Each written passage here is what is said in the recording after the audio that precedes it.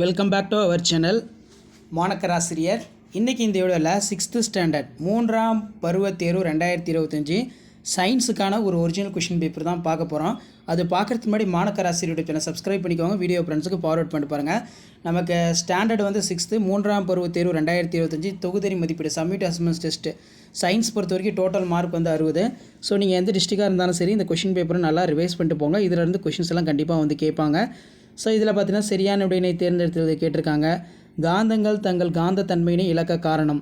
So உங்களுக்கு answer தெரிஞ்சுன்னா comment செக்ஷனில் கமெண்ட் பண்ணுங்கள். மாலுமி திசை காட்டும் கருவிகளை முதலில் செய்து பயன்படுத்தியவர் யார்? பின்வரும் முறைகளில் நீராவினை வளிமண்டலத்தில் சேர்ப்பது எது? உலகில் உள்ள மொத்த நீரில் 97% டேஸ் ஆகும். ஃபீனால் என்பது என்ன? இயற்கை ஒட்டும் பொருள் இருந்து டேஸிலிருந்து தயாரிக்கப்படுகிறது. டேஸ் உயிரின சிதைவிற்கு உள்ளாகும் கழிவுகள் ஆகும். நெக்ஸ்ட் வந்து பின்னூற்றில் எது வேர் அல்ல? நெக்ஸ்ட் பார்த்தீங்கன்னா கோடிட்டிடம் காகிதம் டேஸ் பொருளாகும். மற்றும் நீர் ஆவியாக மாறும் நிகழ்வுக்கு டேஸ் என்று பெயர். நீராவி போக்கு. உழவனின் நண்பன் என்று அழைக்கப்படுவது மண்புழு. 3R என்னும் பயன்பாட்டை குறைத்தல் மற்றும் மறுசுழற்சி ஆகியவற்றை குறிக்கிறது. அடுத்து பார்த்தீங்கன்னா நான் தமிழ்நாட்டின் மாநில மரம் நான் யார்? ஸோ பனைமரம்னு நினைக்கிறேன், செக் பண்ணி பார்த்துக்கோங்க. அடுத்து பார்த்தீங்கன்னா சரியா தவறா? ரப்பர் ஒரு காந்த பொருள். தவறு. கடல் நீரை நேரடியாக பாசனத்திற்கு பயன்படுத்தலாம். தவறு. ஜிப்சத்தை சூடுபடுத்துவதன் மூலம் பாரிஸ் சாந்து கிடைக்கிறது. இது சரியா தவறான்னு சொல்லுங்கள். பாக்டீரியா மற்றும் பூஞ்சைகள் ஆகியவை சிதைப்பான்கள் என அழைக்கப்படுகிறது. இது வந்து கரெக்டு தான், சரி. கோடை காலத்திற்கு பருத்தி உடைகள் ஏற்றதா? ஸோ இதுவும் என்னன்னு பாருங்கள், பொறுத்துக்க பார்த்துக்கோங்க. நெக்ஸ்ட்டு ஒப்புமை தருக. பொறுத்துக்க வன்கட்டை காந்த துருவங்கள் மேற்பரப்பு நீர் ஃபீனால் பாலைவனம்.